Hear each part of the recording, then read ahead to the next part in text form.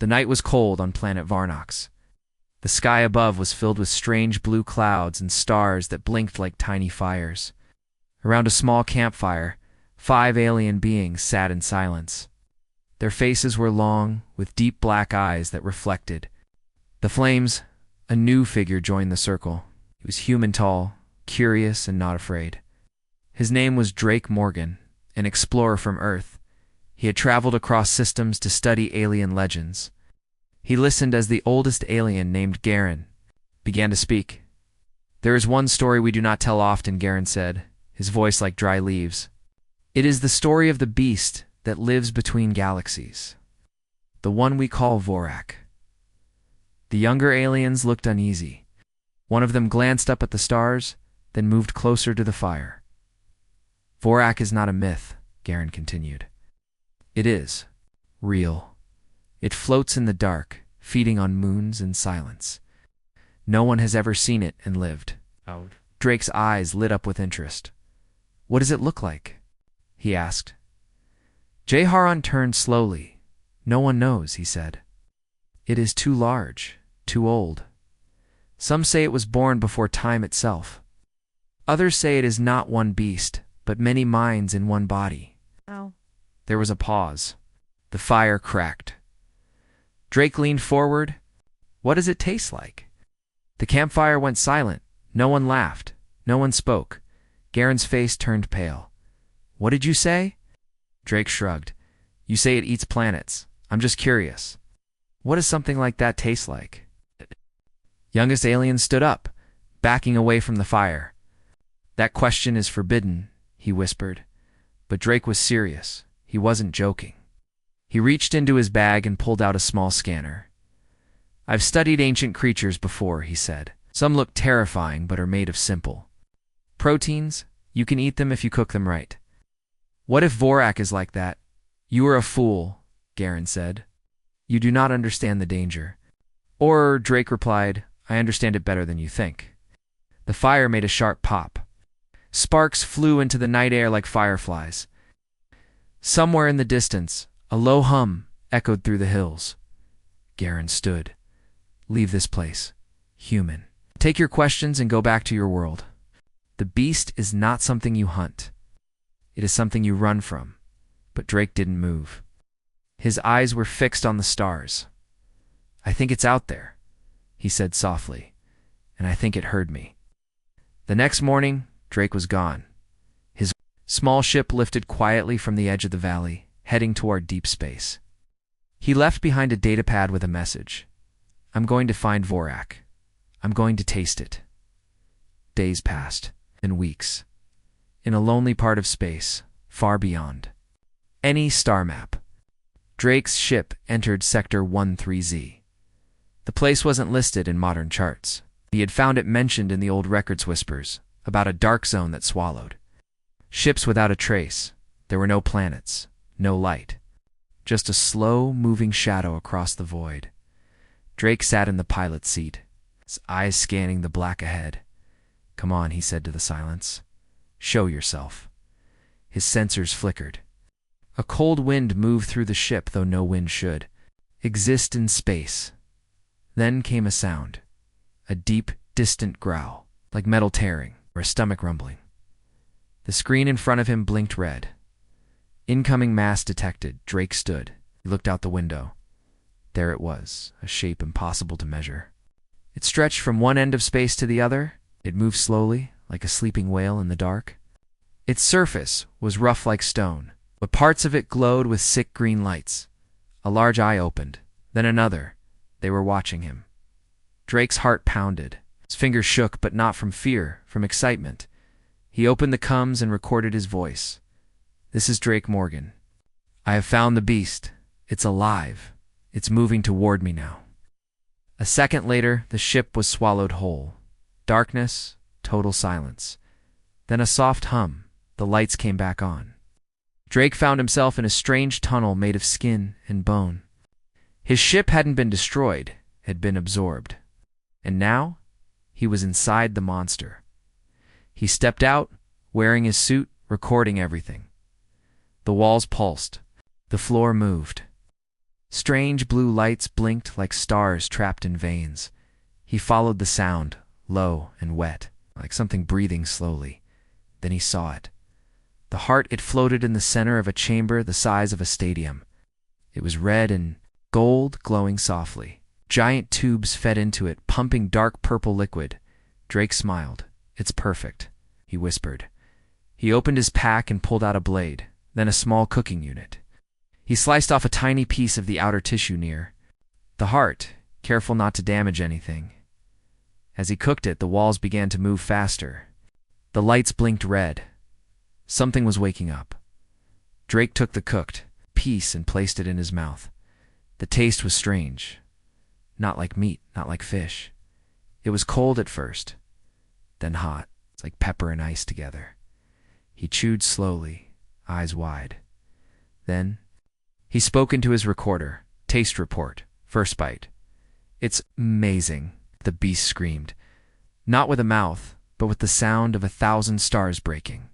Drake fell to his knees. The walls shook. The tunnel behind him closed. He was trapped, but he wasn't afraid. He looked around, breathless. "Worth it," he said. Back on Varnox, Garen stared at the sky. The stars above were moving again. A shadow passed over the moon. The fire went out by itself. The youngest alien ran to Garen's side. "Is it Vorak?" he asked. "No," Garen whispered. He watched the stars twist into new shapes, glowing red. That something new. Drake Morgan floated in silence, deep inside the belly of the great beast. His ship was alive, but barely. The systems blinked weakly. The lights flickered. Outside the small window, there was no space, no stars, the walls of moving flesh, veins, the size of train tunnels, and a low heartbeat that echoed every few seconds. Thump, thump. Drake's mouth was still warm from the bite he had taken. The strange meat was gone now, but the taste remained metallic, cold. Something else he couldn't name. Something ... alive. He turned on his recorder again. "This is day 2, he said quietly. Still alive inside the creature. Made contact with the heart chamber. It reacted when I took a sample. I believe the beast can feel pain." He stopped the recording and listened. No sound, just the slow breathing of a creature larger than a moon. Then a noise came. Drip, drip, drip. He followed it through a narrow path where the walls glowed faint blue. A thick liquid fell from the ceiling. It wasn't blood. It was clear like water, but moved too slowly. Drake touched it with his glove. Sticky the ship's sensors. It beeped in warning. Unknown substance. High energy signature. Bio-reactive. He smiled. "This thing is made of materials we've never seen before," he whispered. "Its blood could power entire cities. Skin could protect against solar storms. And its meat," he paused. "It could feed entire colonies." He heard movement behind him. He turned quickly, weapon raised. Nothing. Just the flesh walls, breathing slowly, a sleeping giant. He turned back and continued down the tunnel. Each step felt heavier. The air inside was thick, hard to breathe. His suit filtered it, but the pressure was building. Suddenly, he saw light. A chamber opened ahead. Brighter than anything inside the beast so far, he stepped through and froze. The room was filled with bones, hundreds of them, thousands, some small, some the size of buildings. Alien bones, twisted and broken, skulls with 3 eyes, rib cages like cages from a nightmare. And at the center of it, all a ship. A small, cracked explorer's vessel. The logo was half burned, but he could still read the letters EDS Valiantis. Eyes widened.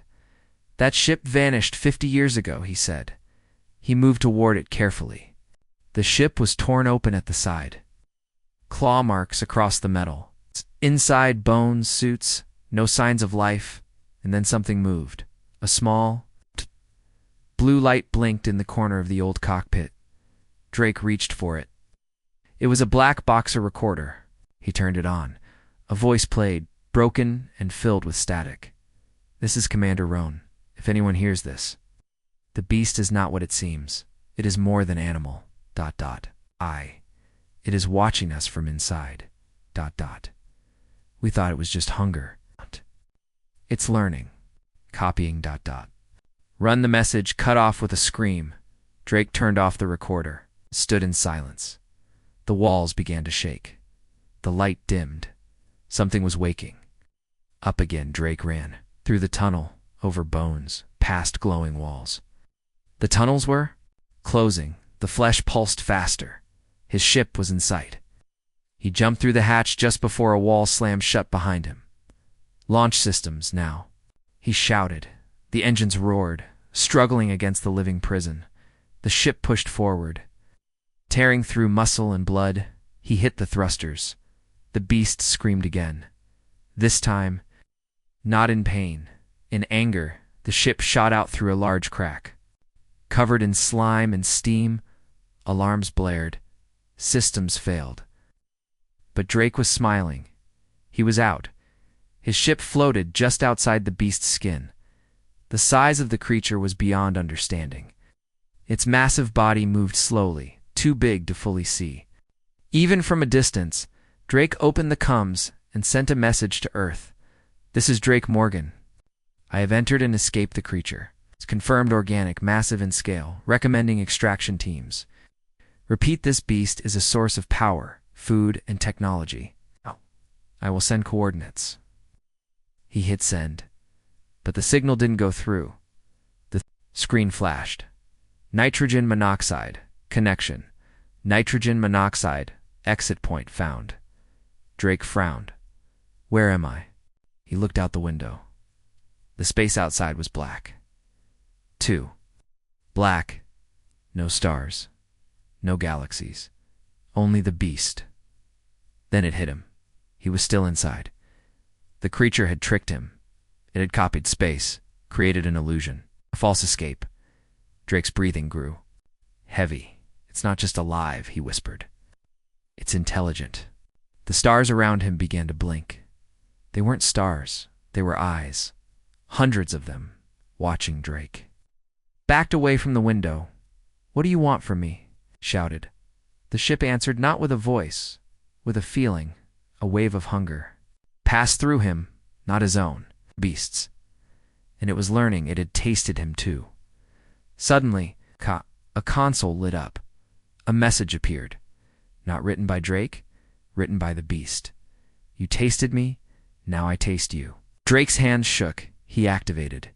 The escape pod. A small one-man craft with its own power supply and auto-dash pilot. He climbed in as the hatch closed. The ship around him began to melt. The beast was digesting it. He launched the pod.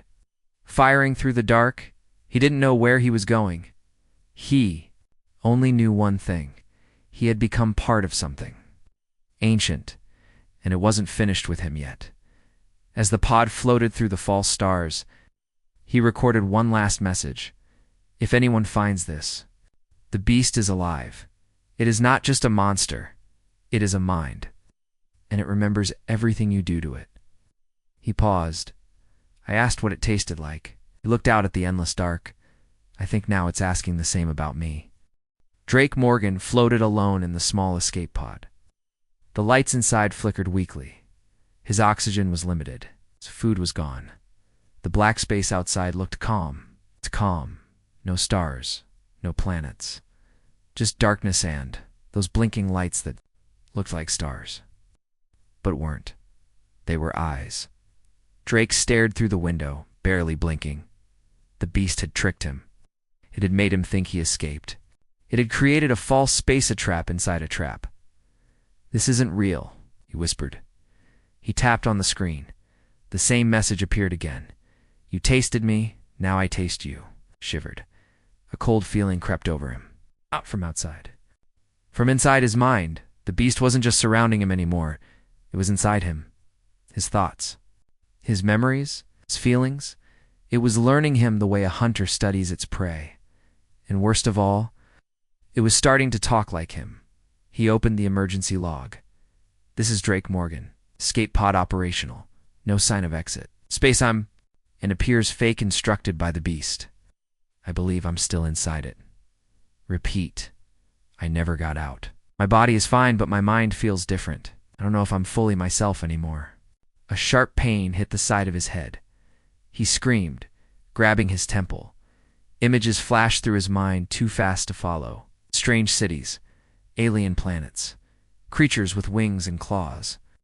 Then himself, but from the outside, like a reflection. Beast was showing him what it saw, and it saw everything. He slumped back in the seat, breathing hard. Then, a voice came from the ship's speaker. Not robotic, not mechanical, human, his own voice. Hello, Drake. His eyes widened. He sat up fast. Who said that? I am Vorak, the voice said. But I like how your voice sounds, I borrowed. You're not real. I wasn't, until you came. Drake's hand shook on the controls. He looked for anything, a weapon, a tool, an override switch. Nothing would help. You asked what I tasted like? The voice continued. You were curious. That was new. No one ever asked that before. I didn't mean to hurt you, Drake said quickly. I'm a scientist. I explore. And taste. The voice sounded amused. Drake's screen changed. A new message blinked. Let us switch. You become me. I become you. He shook his head. No, I won't let you. You already have, the voice said gently. Then everything changed. Suddenly, he wasn't in the escape pod. He was standing in a hallway made of flesh and bone. The lights above flickered. Shadows moved along the walls. He looked down. His hands weren't in gloves anymore. He wasn't wearing his suit. He was barefoot, alone, inside a door opened on its own. He stepped through. The room was full of mirrors, twisted, curved, floating in the air. Each mirror showed a different version of himself. In one, he was smiling. In another, he was bleeding. In a third, he had the eyes of the beast. He turned to run, but the door was gone. Behind him, a mirror cracked. Then another. Then they all shattered at once. Glass rained down, but it didn't cut him. It melted before touching the floor. A voice echoed through the room. You are not food. You are knowledge. Another mirror formed from the ground. It showed a young Drake about 10 years old sitting at a table with his father, eating breakfast. Why are you showing me this? Drake asked. I want to learn what hunger means. The mirror changed. Now it showed his first space mission, then his team laughing, then dying. Then silence. Drake stepped back. Dizzy. You're inside my head, he said. No, the voice replied. You are inside mine. The room vanished. He was in the escape pod again, sweating, breathing fast. The control panel lit up. A new destination appeared. Core pathway. Open. Drake stared. The beast had opened something. A way forward. Or maybe a way deeper. He hesitated. Then reached out and activated the pod's movement. It turned slowly and began to move through its glowing tunnel ahead. The walls looked different, now less organic, more mechanical. Pipes ran along the sides. Lights blinked in patterns. Something had changed. The beast wasn't just a monster. It was also a machine. Half creature, half technology. Made long ago.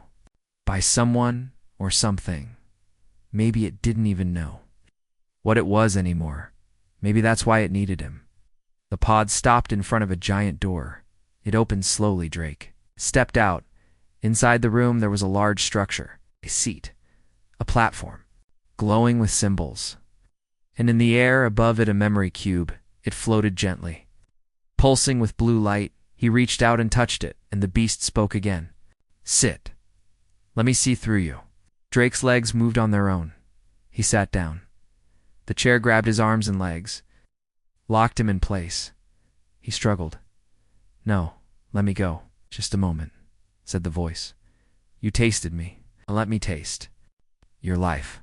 The cube lowered over his head, and everything went white. Images flew through Drake's mind again, memories. Dreams, fears, hopes. He saw his mother, his old friends, his regrets, the time he left Earth, the time he first looked at the stars and whispered, I want more. The beast watched it all. It learned. It copied. It changed. When Drake opened his eyes, he was still in the chair. But he was no longer alone. Standing in front of him was himself. But it wasn't him. Its eyes glowed with orange fire. Its smile was too wide. It spoke in his voice. "Thank you, Drake. Now." "I understand." Released him. He fell too. The floor gasping, the creature stepped closer. "You are full of hunger, not for food, for answers, for power, for the unknown. I am the same." Drake looked up. "What do you want now?" "To go where you came from," it replied. "To taste what you've seen. To be part of your world." "No," Drake said weakly. "They're not ready for you." "Then prepare them." Shh. The creature touched a panel. A door opened behind him. Inside was a small ship. His escape pod changed and upgraded. "Leave," the creature said. "But you are never alone now." Drake stepped back inside, trembling. As the pod launched through a glowing tunnel, the voice echoed one last time. "We are one now, Drake. Wherever you go, I go too." The tunnel exploded in light, and this time he woke up under real stars.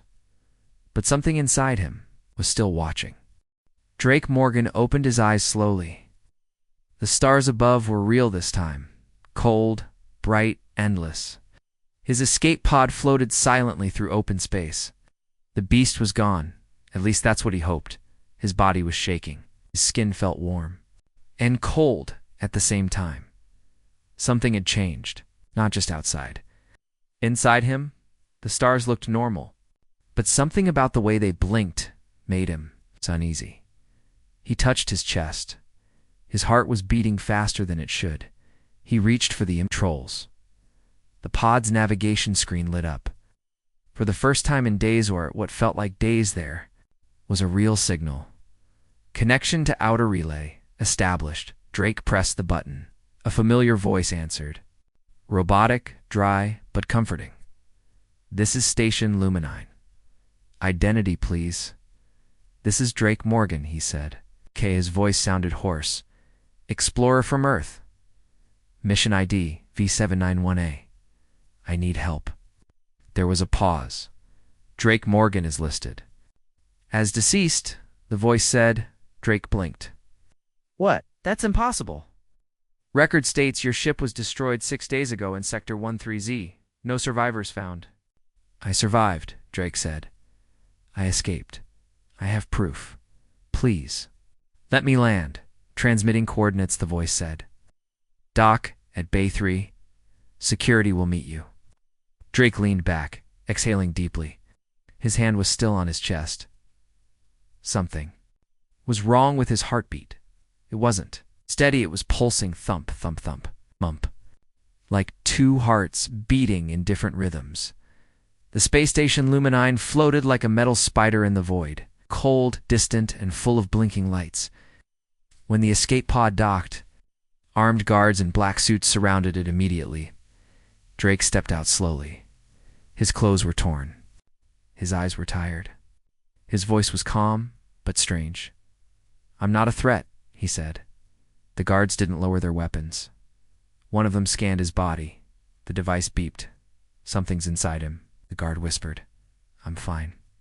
Drake said, "It's just part of the experience." Took him to the medical wing. Doctors in white coats asked him questions, scanned his body, took blood, checked his brain. Hours passed. Then a young doctor came in, holding a tablet. Her face was pale. "What is it?" Drake asked. "You're not normal," she said softly. "I never was." Drake replied with a weak smile. She turned the tablet toward him. "Your DNA has changed," she said. "Some parts are human, but others are unknown." Drake stared at the screen.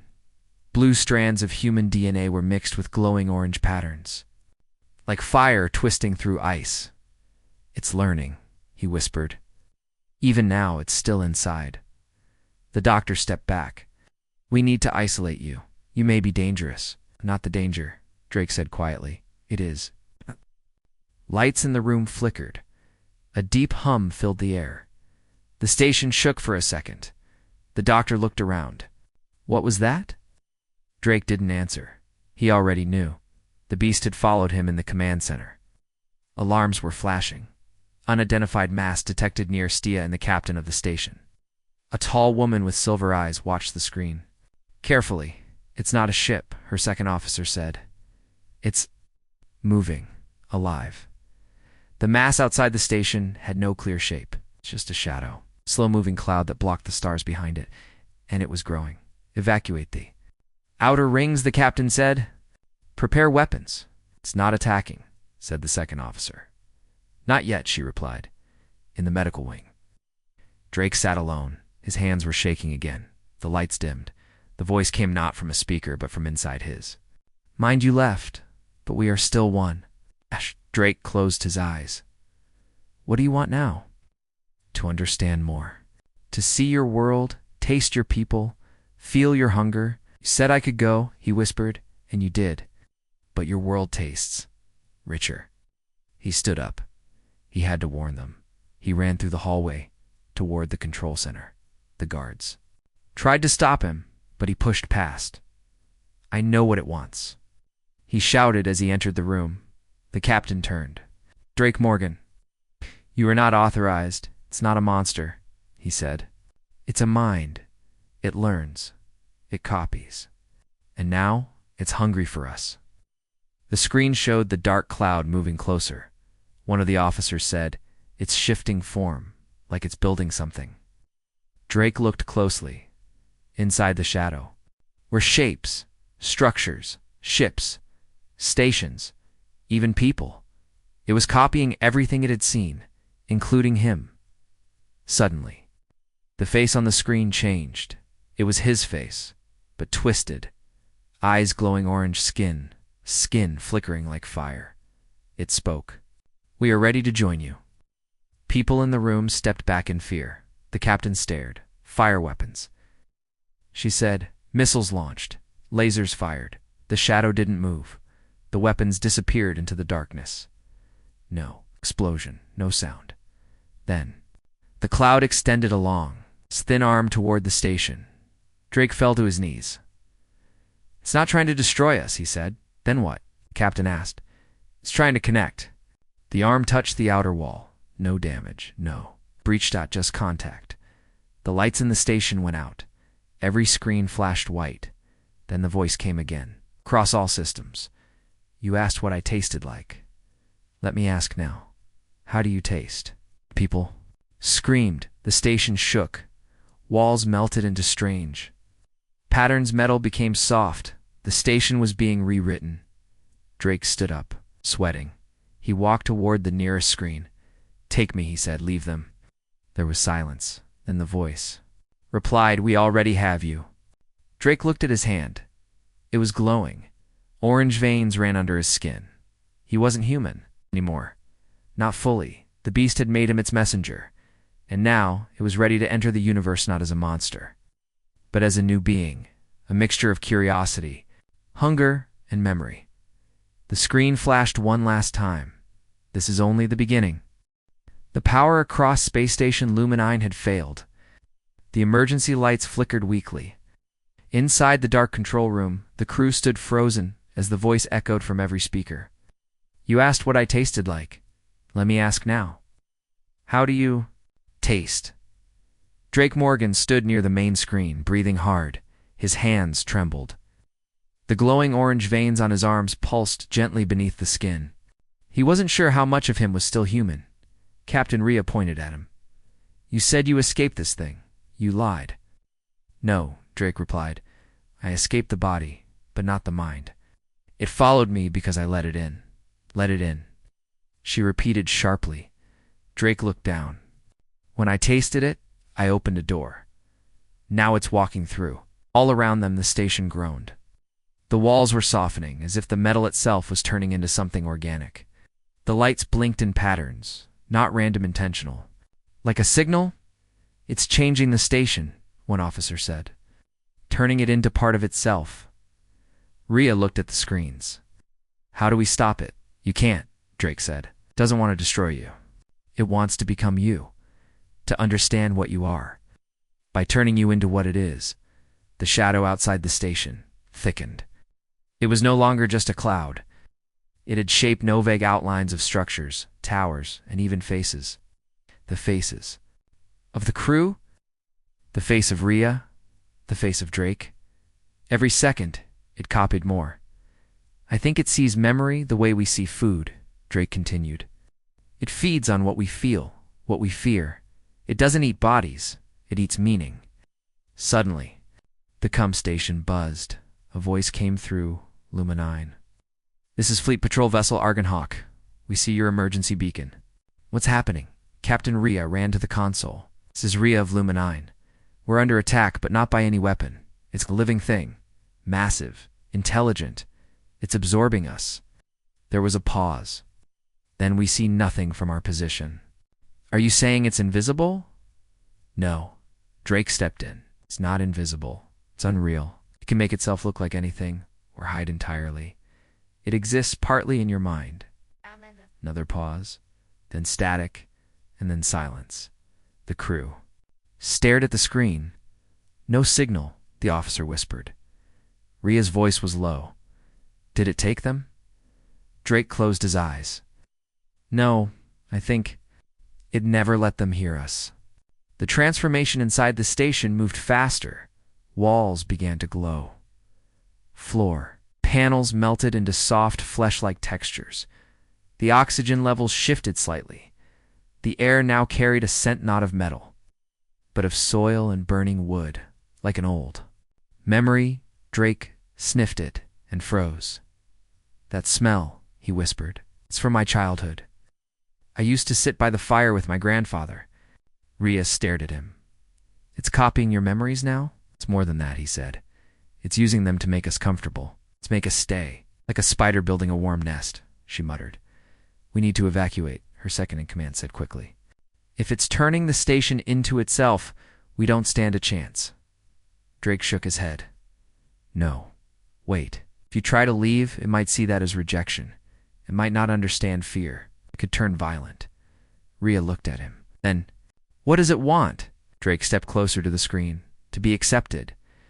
The moment he said those words, the lights across the station turned golden. Soft music began playing through the Kumza lullaby. One of the crew whispered, "Used to sing this to me." Another crew member muttered, "How does it know that?" Drake turned to the group. It's learning from all of us. Every memory, every sound, every dream. It's building a version of reality where we'll never want to leave. But we can't live inside a dream, Rhea said. Drake nodded. No, and if we do, we'll stop being human. He stared at the veins on his arms. I'm already halfway there. Later, Drake was alone in a private room. He sat on the floor, arms crossed, trying to control his breathing. The room was no longer made of metal. The walls now looked like old stone, the same as his childhood home on Earth. The room was designed from his memory. Stop this, he said to the air. Let them go. You got what you wanted from me, the voice replied, not from a speaker, but from his head. They are you. You are them. I want to be all of you. You can't, he whispered. But I am learning from you. From the others, I've never been welcome anywhere. You welcomed me when you tasted me. Drake's eyes burned. That wasn't a welcome. That was curiosity. Yes. Curiosity is hunger, the voice replied. Drake slammed his hand on the floor. Here. Not a god? You're a parasite. Silence. Then the room darkened. Cold wind blew across the stone walls. Shadows stretched into long shapes. Drake heard whispering, laughing, crying. It was using fear now. No. Did not mean to hurt, the voice said. But if pain helps me understand, then I must. Back in the command center, Rhea prepared the last plan.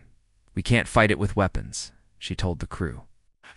But we can shut down the station, destroy the core. If it's feeding off our systems and memories, we need to cut the source. What about Drake? One asked. Rhea hesitated. He's not the same anymore. He may already be part of it. Another voice answered from the doorway. I'm still me. Drake stood there, pale, tired, but clear-eyed. I can help you reach the core. Why would you help us? Rhea asked. Because I'm still human enough to know this is wrong, he said. It wants to spread. If we let it take this station, it will take others. Colonies, worlds. It doesn't mean to destroy, but it will. Rhea nodded slowly. Together, they moved toward the reactor room. The station was almost unrecognizable now. Lights pulsed like veins. Walls whispered words. Some crew members had to close their ears, just to think clearly. At the center of it all was the core glowing. With energy, the heart of the station, now wrapped in vines of glowing orange tissue. Drake stepped forward. The tissue moved. It respected him. He looked at the console. "I can override the connection," he said. "I can lock the station in a memory loop. I'll confuse it long enough to shut the core down." Rhea stepped beside him. "What happens to you?" Drake looked at his glowing arms. "I'll stay behind." "No," she said. "We'll find another way." "There is no other way," he said calmly. "I made this thing curious. I let it in. I have to be the one to close the door." The voice returned one last time. "Drake, we are not finished," he whispered back. "Yes, we are." He pressed the command lights across the station, flashed white. The vines screamed, yes, screamed as if alive. The entire structure shook. The beast's connection began to break. The shadows withdrew. The whispers faded, and the stars. "Return, Drake," turned to Rhea. "Go." She stared at him for a moment, then nodded. She and the crew ran back to the last working escape shuttle. Drake stood at the core. The orange glow spread across his chest now, but he didn't move. He watched it calmly and smiled. Outside the station, the shuttle flew fast and far. From the window, Rhea looked back. Luma-9 pulsed once, then dash silence. No explosion, just stillness. The dark cloud had vanished. The stars were bright again. "Goodbye, Drake," she whispered. But deep in the silence of space, far beyond any sensor, something was still watching. Not angry, not hungry, just ting. The shuttle drifted through deep space.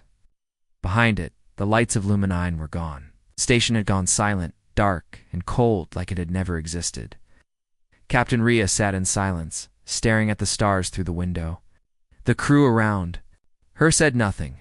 No one wanted to talk about Drake. No one wanted to admit that he might still be alive. Or worse, Rhea finally spoke. "We need answers." One of the crew looked up. "What kind of answers, Captain?" She turned to face them.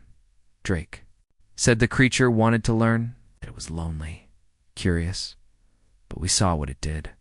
It tried to change us, control us, copied our memories, and turned them into traps. If it's still alive, it won't stop with one station. So what do we do? Rhea opened a hidden panel under the shuttle's control screen. Inside was a black case. She opened it slowly. Inside sat a single glowing cube, pulsing faintly with blue light. "The archive," she said. "Every deep space mission carries one. It records everything. Voices, memories, thoughts. It even stores genetic data from every crew member." Drake, "Didn't know we had this? But why keep it hidden?" "Because if that thing ever got hold of it," she said, "it wouldn't just copy what we know, it would become us." The crew stared at the cube. One of them asked softly, "Do you think it already has?" Rhea didn't answer. She simply closed the case and locked it, far away. Deep in uncharted space, something stirred. It was not a planet, not a ship, not a being that could be described with a name. It was the beast. Its body floated between galaxies. Silent and unseen inside it, tunnels shifted like intestines. Light pulsed through long tubes. And in the center, sitting quietly, was Drake. But this Drake was not the same man who had joined the Luma-9 crew. His eyes glowed with orange light. Skin shimmered with a faint metallic shine. He was still himself, but also not. He looked around. The living chamber. The walls breathed gently. The air was warm. He was not a prisoner here. The beast had made him a guest. A voice echoed around him. "You stayed. You became part of me." Drake closed his eyes. "I had to." "Why?" "Because I didn't want you to hurt anyone else." The voice was silent for a moment. Then it asked, "Do you believe I meant to hurt?" Drake stood and placed his hand on the wall. It was soft, like skin. It responded to his touch. No, he said. But you don't understand people. You try to become them. That's not the same as knowing them. Explain. Drake took a deep breath. When you copy someone, you take their shape, their memories, their fears, but you don't feel what they feel. You don't understand what love is, or trust, or sacrifice. You only see the surface. You are teaching me now, Drake sighed. I hope I'm not too late. Suddenly the walls around him shifted. A doorway opened. The beast wanted him to go deeper. Drake stepped through. Elsewhere, aboard a hidden science ship orbiting the dark side of Jupiter, a secret group of researchers received a signal. It was from Drake. They stared at the screen in shock. The man who had vanished with Luminine was sending a message from across the stars, but the video feed was strange. Drake looked different, older somehow, or maybe just changed. His voice was calm. To anyone who receives this message, I am alive, but I am not the same. The beast and I, we are connected now. It let me see its mind, its history, its loneliness. He looked straight into the camera. It doesn't want war, it doesn't want power, it wants meaning. It wants to be more than a legend. It wants to belong. The scientists exchanged glances. Is this a warning? One asked. Drake answered, as if he heard them. No, it's a question. Then the screen went dark. Rhea received the same message too. Days later, the shuttle's crew watched it in silence. When it ended, one of them asked, Is it a trick? Rhea stood slowly. Oh, maybe. Or maybe he's telling the truth. Maybe this thing just wants someone to listen. But if we go to it, another crew member said, we risk losing ourselves, like Drake did. Rhea nodded. That's why I'm going alone. The crew protested, but she raised a hand. This started with Drake, and I was the one who didn't believe him. I owe him that much. She opened the black case again. Inside, the archive glowed faintly. If I bring this to him, she said, he might finally understand what being human really means. Inside the beast, Drake stood in a vast chamber. It looked like a city, but not any city from Earth. The buildings were alive. The lights were thoughts. At the center stood a throne made of memory. The beast spoke. Do you miss your people, Drake? Nodded yes. Do you miss your body? He hesitated. Sometimes do you miss your hunger? That made him pause, because he did. There was something inside him still reaching, still curious, still hungry to know more. I miss being surprised, he said finally. The beast was quiet, then it whispered, Someone is coming. Drake turned, in the distance. A light blinked in the black. A ship to shuttle Rhea. He smiled. She's brave, he said. Is she like you? Drake shook his head. She's better. Will she stay? I don't know, he said, but I hope she doesn't have to. Rhea stepped off the shuttle and into the glowing chamber. She didn't see walls. Saw memories, images of her crew, her childhood, Earth, and stars she'd never seen before. She walked forward, unafraid. Drake, she called. He appeared from the light, not quite human. Not quite beast, but still him. I knew you'd come, he said. I had to. She replied. They stared at each other for a moment, then she held out the cube. This is the archive. Everything we are. Everything we remember. Drake looked at it, then at her. Are you sure? No, she said. But I trust you. He took the cube, and as he did, the chamber exploded in light. The beast screamed not in pain, but in wonder. It absorbed the cube's data in seconds. It saw every birth, every death, every love, every war, every mistake, and every hope. And then it grew still. Now, the beast said, I see. Rhea reached for Drake's hand. You still with us? He smiled. I think I am. For a moment, the galaxy held its breath, but there was no invasion, no attack, no signal of fear. The beast had changed, and so had the people who once feared it. It did not become human, but it learned what it meant to be one. It did not eat the galaxy. It chose to understand it, and for the first time in history, a legend ended not with death, but with peace. The stars outside looked the same, but something had changed. Captain Rhea stood on the bridge of the shuttle, staring at the creature that once terrified the galaxy.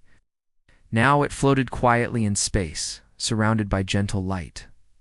No weapons. Hunger, no destruction. It simply... Next to her stood Drake Morgan. Not fully human anymore, but not lost either. He had come back, but not alone. "I don't understand," Rhea said softly. "How can it look so peaceful now?" Drake placed a hand on the glass, because for the first time in its life, it isn't alone. He turned to her. "It remembers everything now, every voice, every face, every story from the archive. It doesn't want to destroy anymore, it wants to grow." "Grow?" Rhea asked. "What does that mean?" He smiled. "Come, I'll show you." They stepped into the creature once again, but it wasn't like before. No pulsing red walls, no screams, no bones. Now they walked through a garden. Yes, a garden, inside a galactic beast.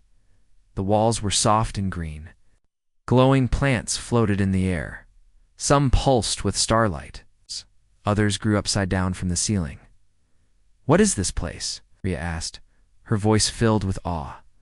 "The beast created it after reading the archive," Drake said. "It found memories of forests, oceans, homes. It wanted to understand peace, so it made this." A tree nearby shimmered with gold leaves. Each leaf had a face on it, moving images like tiny memories. "Are these people?" she asked. He nodded. "They are echoes. Doesn't copy people anymore. Remembers them. With respect." They walked past a small stream, the water glowing softly. Inside the water swam creatures Rhea had never seen before, some from Earth's oceans, others clearly alien. "How did it create all this?" she asked. "It's not just muscle and teeth," Drake said. "It's a mind older than we can imagine, now that it understands feeling. It wants to build instead of destroy." "But the galaxy still fears it," Rhea said. "They don't know it's changed," Drake replied. "That's why we have to tell them." As they reached the heart chamber, the beast spoke again, not with a voice, but through soft vibrations in the walls, in their bones, in their minds. "We listened. We learned. Now we ask." Rhea looked around. "Ask what?" "Let us grow." Drake turned to her. "It wants permission. From humans. It doesn't want to take anymore." Rhea hesitated. "You mean ... It wants to become part of our world." Drake nodded. "It wants to build a home. A real one." Back on Earth, news of Drake's survival had spread quickly. People were shocked, suspicious, and curious. Scientists wanted samples.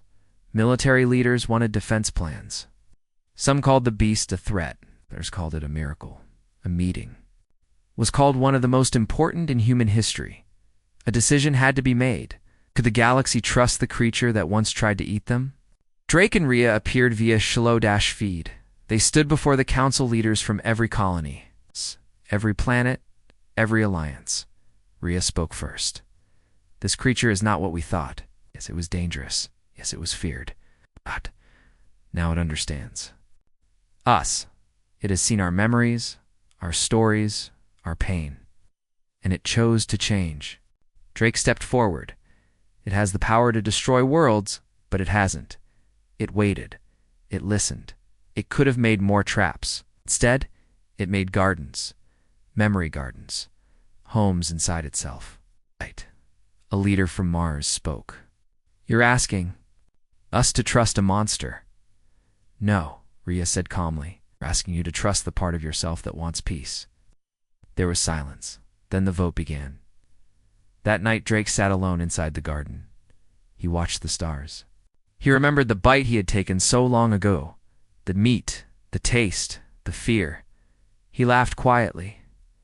"What was I thinking?" Rhea joined him. "You were hungry." He shook his head. "No, I was curious. And I guess so was it."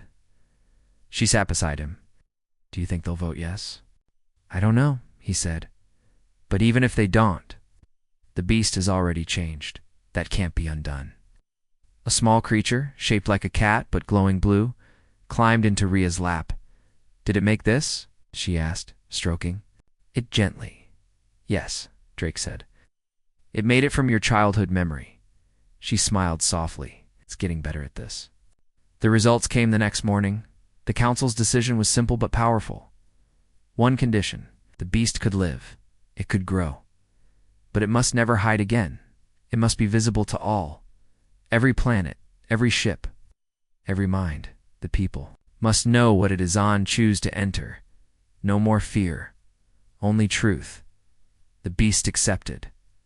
It moved to a quiet system, orbiting an empty star. It opened its chambers to scientists, artists, historians, and travelers.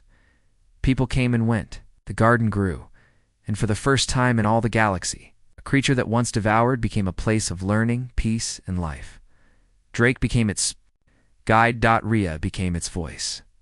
Together, they helped build a bridge between fear and understanding, and though some still called it the Galactic Monster, others gave it a new name, the Memory Guardian. One day, years later, a child visited the beast. He stood quietly in the garden, holding his mother's hand. Is this where the scary thing lives? He asked. His mother smiled. It used to be scary, but now it helps people remember who they are. The child looked up. Can I live here when I grow up? Drake stood nearby and heard the question. He smiled. You can live wherever you like, little one, he said. But the important thing is to always be curious, even if it's scary, the boy asked. Drake nodded, especially then. The heart of the beast, deep inside its glowing walls, the archive still pulsed gently. It held memories of fear, and now of hope, and above it, etched into the walls, were the words the beast had chosen for itself. We are what we learn. The beast was calm. Its new home, near a quiet orange star, was filled with peace and learning. Thousands had visited in the last 2 years, scientists, children, poets, even explorers from distant systems. They entered the garden within the beast's body and walked among its memory-formed trees and left changed. Drake Morgan had become its voice. Captain Rhea had become its bridge to Earth and the galaxy. Once terrified of the monster, began to see it not as a threat, but as a wonder, but not everyone agreed. Somewhere far across space, a cold steel warship orbiting a mining planet, Commander Voss watched the footage of the beast for the 5th time. He paused the screen on Drake's face. That man is lying, he said to his team. I don't care how peaceful that thing looks now. It's playing a long game, and we're letting it win. A younger officer looked uneasy. But, sir, it's been over 2 years. There's been no attack, no threat. The garden is open to all. Voss slammed his fist down. Exactly. It's open to everyone, even our enemies. Think about it. Inside that thing are our memories, our stories, our science. What happens when it decides to use it all against us? The officer stayed silent. Voss leaned forward. Prepare a covert team. No flags, no signals. We're going in quiet, and we're bringing explosives. Back at the memory garden, Rhea walked through the newly grown Earth lane. It was a peaceful path that looked like a forest from her home planet. Birds flew overhead, replicas from memory. Leaves rustled in a wind that wasn't real, but still felt comforting. She heard footsteps behind her. Drake approached, smiling. It recreated the first forest you walked in as a child. She looked around. It's strange how accurate it is. I almost forgot what that place looked like. Drake nodded. It remembers what you forgot. It listens. And something changed. The trees shimmered. The wind stopped. Drake touched his temple. The beast is sensing something. Rhea narrowed her eyes. What? He listened. Again, like the creature was speaking directly to him. 3 ships. Small. Cloaked. No signals. Rhea's heart raced. Visitors. Drake shook his head slowly. It's not friendly. The covert team landed near the garden's outer edge. They wore black suits and carried pulse rifles, scanners, and charges. Commander Voss led them. He stepped out and looked around. This place smells too perfect. He said. He tapped a button, and the scanner showed movement ahead. One soldier spoke. Multiple life signs, sir. but none look like threats. They never do, Voss said coldly. Move in. They entered the memory garden. Instantly, the beast responded. The air shifted. The trees bent slightly. A soft voice echoed through the walls. You come without welcome. Voss aimed his rifle at the sound. We came for the truth. Show yourself. Appeared between two trees. I'm the truth, he said calmly. You don't belong here. Voss raised the weapon. That thing you're protecting is dangerous. It's not the same creature anymore, Drake said.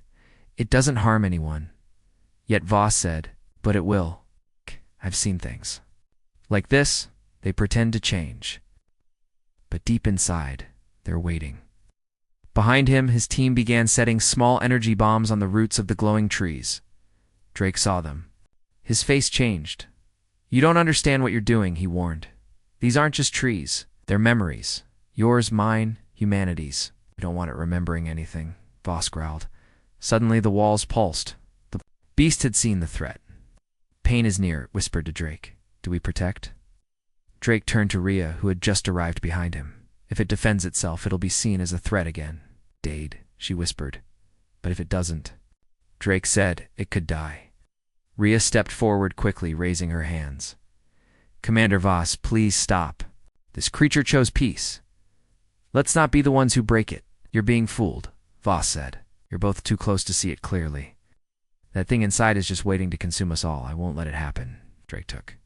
A deep breath. Then look at this, he said, pointing to a tree. The bark shimmered and showed a holographic image of Voss's own childhood, a younger version of him, sitting beside his sister under a real tree on Earth. Voss froze. What? What is that? It's you, Drake said. The beast doesn't just show beauty, it shows truth. Your truth. It knows your pain. It knows your fear, but it never used it against you. Voss stared at the image. He reached out slowly, then pulled his hand back. No, this is manipulation. It's just copying me, pretending. No, Rhea said gently. It's remembering you. That's not the same. One of the soldiers stepped back from the tree, unsure. Sir, maybe we should. Wait, we finished the mission, Voss snapped. Now. But before they could plant the last charge, the ground shifted. Not violently, but firmly. The beast moved. A gentle force lifted the bombs off the roots and carried them away.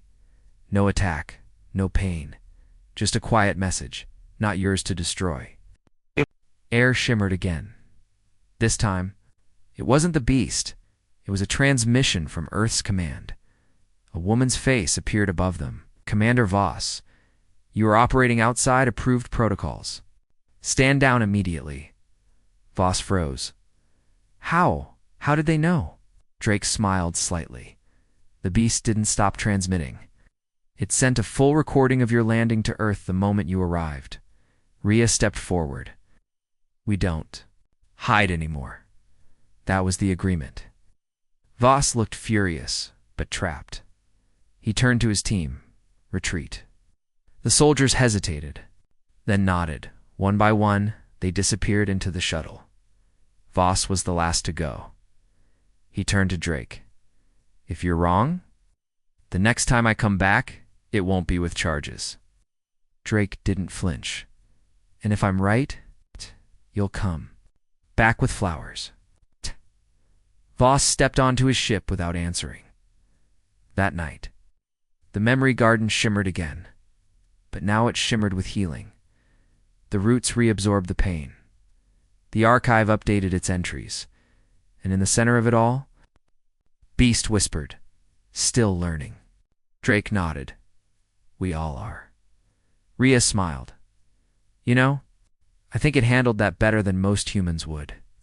Drake laughed softly. It's becoming something better than we expected. Not perfect, she added. No, he agreed. But maybe that's what makes it real. Elsewhere, in a secret corner of space, Voss reviewed the recording one last time. He watched himself pointing the gun. He watched the tree showing his memory, and then he shut it off. He didn't speak, but for the first time, he didn't delete the file, he saved it. somewhere deep in a folder labeled simply, "To understand." The beast dreamed, not like humans do. Its dreams were made of lights, voices, and galaxies. It drifted through memory, the archive glowing softly in its center. Its faces passed like stars. Drake, Rhea, the children who laughed, poets who sang it, had learned to feel peace, but it also remembered everything, even the pain, even the ones it had once destroyed, and one of them had returned. Drake sat inside the heart chamber, eyes closed, listening to the pulsing hum of the archive. He had been thinking more lately about what it meant to change. Not just the beast, but himself. He had once eaten the beast. Then he became part of it. Now he was its teacher, its friend, its translator to the galaxy. He opened his eyes. Something felt off. The walls dimmed slightly. Not red, not angry, but uneasy. A low vibration moved through the floor. A memory. "Walks near," the beast whispered. Drake stood up quickly. "What kind of memory?" "Not mine. A broken one. It brings hunger." Drake rushed toward the garden path. Outside, Rhea was guiding a new group of visitor scholars from a moon colony. She smiled as they marveled at the floating light flowers and whispered, "Trees dot." Then she saw him, a tall figure in a black cloak, not with the group. He stood alone beneath a twisted memory tree, a tree that didn't belong in the garden. Its leaves were black, its roots were bone. Rhea felt a chill run down her spine. She stepped forward. "Excuse me, sir. You're not registered with this group. May I help you?" The man slowly turned. His eyes were glowing orange, and then he spoke in a low voice. "I was part of the first crew." Rhea blinked. "What crew?" "The first ship. This creature ate." Drake arrived beside her, breath catching in his throat. "Impossible," he whispered. "There were no survivors." The man's smile didn't reach his eyes. "I wasn't a survivor," he said. "I was a memory. Forgotten. Left behind. Until I found my way back." Rhea stepped back slightly. "You're not fully human." "No," the man replied. "And neither is it." The beast trembled slightly. "He is not ours, not memory, not visitor. A shadow." Drake narrowed his eyes. "What do you want?" The man's voice darkened. "I want what was stolen from me. My death, my rage, my scream. This beast swallowed them and replaced them with flowers." He took a step forward. "You call it changed. I call it weakened." Rhea raised her calm, security before she could finish. The trees around them turned black. The garden shivered. The man extended a hand. And suddenly, the ground cracked. A small section of the archive glowed bright red. Drake shouted, "He's accessing old pain. He's pulling forgotten memories forward." The man's voice echoed louder, filled with venom. "You made it forget what it was. But I remember the fear, the teeth, the truth." Around them, some visitors screamed as the garden twisted, branches turning sharp, air growing cold. "Stop," the beast whispered. "You hurt. Good." The man yelled, "Let it feel pain again." Rhea grabbed Drake's arm. "We have to stop him before he corrupts the whole archive." Drake nodded, "Not with force. If the beast fights him, it might lose control." Rhea looked desperate. "Then what do we do?" Drake turned to the shadow man. "You said you were forgotten.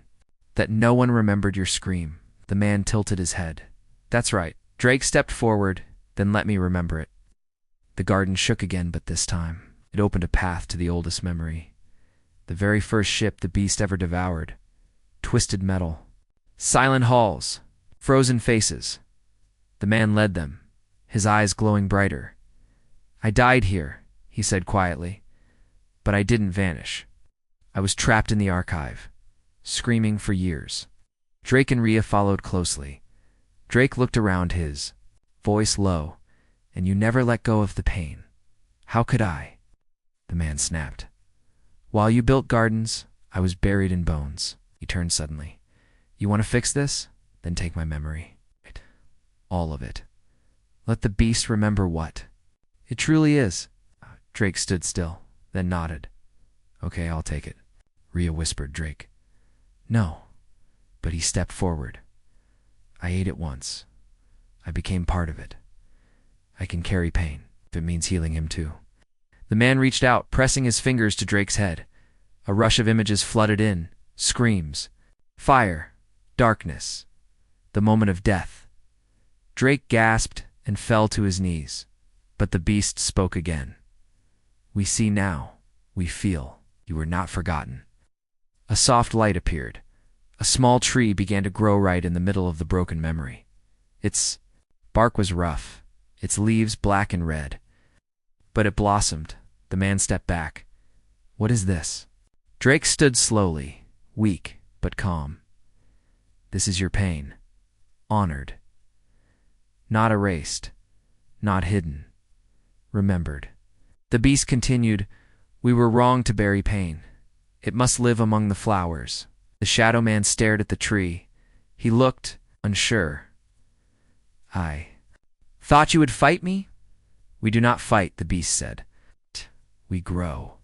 Tears fell down the man's face. I didn't want to be angry. I just didn't want to be invisible. Drake nodded. You're not anymore. The garden returned to peace. The twisted trees faded. Now the broken path closed. In its place stood the tree of memory and pain, a dark tree with glowing red leaves, surrounded by a small stone ring. Visitors could walk around it, sit beneath it, and listen to its whispers. Some cried, some sat in silence, but none walked away untouched. The man stayed near it. No longer a shadow, he became its guardian, a living reminder that even pain has a place. In peace, that night, Rhea sat with Drake on the garden balcony. She looked up at the stars. Did we do the right thing? Yes, Drake said softly. Because we didn't fight hate with hate, we gave it a home. She leaned back. I thought this was a story about a monster. Drake smiled. It still is, but now. The monster is teaching us how to heal. And in the heart of the beast, the archive glowed again brighter than before, because now it held every part of what it meant to be alive. Beauty, the fear, the curiosity, and the truth that even monsters ... can learn to forgive themselves. The garden was quiet. It was always peaceful now, but today felt different. The colors of the plants were softer. The lights that floated through the air pulsed gently, almost like a heartbeat slowing down. Something was ending and something new was about to begin. Drake sat by the tree of memory and pain. He had been visiting it every day now. The man who once called himself a forgotten memory had become his closest companion in silence. They didn't speak much. They didn't need to. They understood each other now. Behind them, the galactic beast, once a terror across the stars, rested in still orbit around the quiet star system it had chosen as home. It had not moved in weeks, but the archive still pulsed, and deep inside, a final decision had been made. It is time, the beast whispered. Drake stood slowly. He already knew. Rhea was waiting at the center of the garden. Her eyes were red. She had known this day would come too. The galaxy had changed. And so had the beast. They had feared it, then tried to destroy it, then learned from it, and now, ... it was going to leave. We have remembered, the beast said. We have taught, we have built, and we must return the gift. Rhea looked up at the sky beyond the garden ceiling. Return it where? Drake answered quietly. To the galaxy, to everyone. The archive was not just a storage of memories anymore. It had become a teacher, healer, and it was ready to become something more. The message spread quickly. Every colony, every planet, every race that had once feared the beast received the same transmission. We hold your memories. We hold your stories. Now we give them back. People gathered across the stars. They watched from orbit stations, from deserts, from floating cities. Some gathered in silence, others held hands. Many cried, because they understood what was happening. The beast was saying, goodbye, but not with destruction.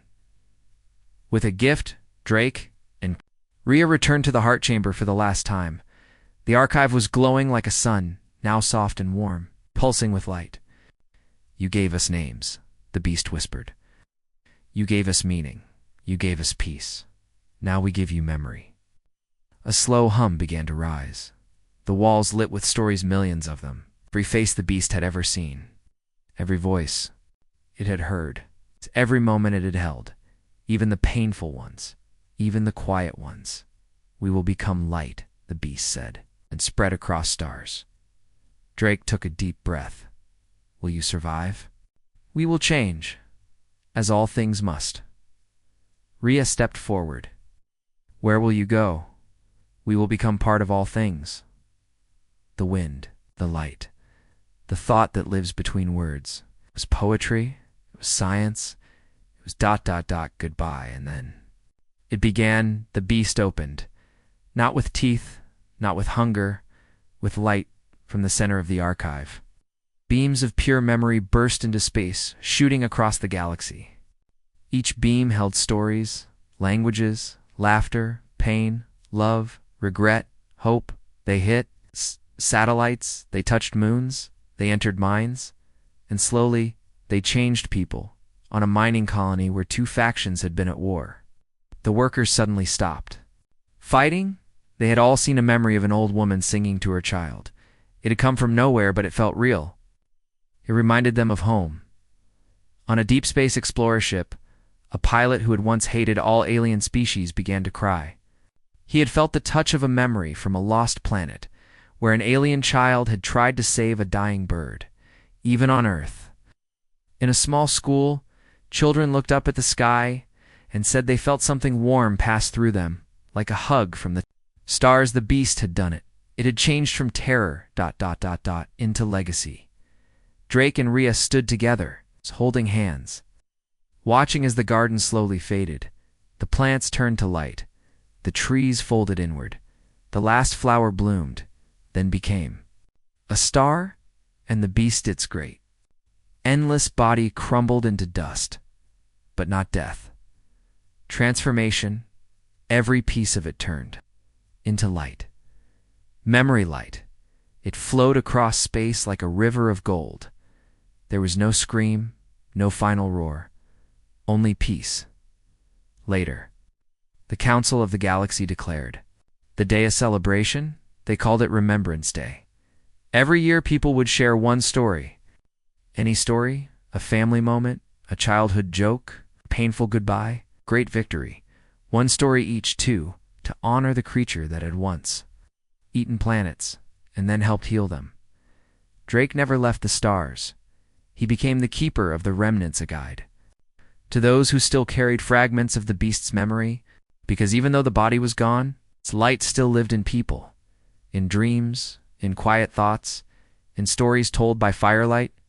Rhea became a speaker, traveling between worlds, telling people the truth, that monsters can change, that fear is not forever, that sometimes what looks like the end ... is the beginning of something greater. One day. Many years later, a young girl visited a small museum on a moon colony. In the center was a single glass case. Inside it sat an old plate, cracked and stained. A tag read, "The First Bite." When Drake Morgan tasted the beast, the girl looked up at her grandfather. "Is it true?" she asked. "He really tried to eat the monster." The old man laughed. "Yes, and thank the stars he did." "Why?" "Because that bite changed everything." The girl tilted her head. "Why didn't they kill the monster?" He smiled and knelt beside her. "Because sometimes," he said softly, "you don't have to destroy something to defeat it. You can teach it. You can change it. Can turn fear into light. Far, far away, in a place with no planets and no people.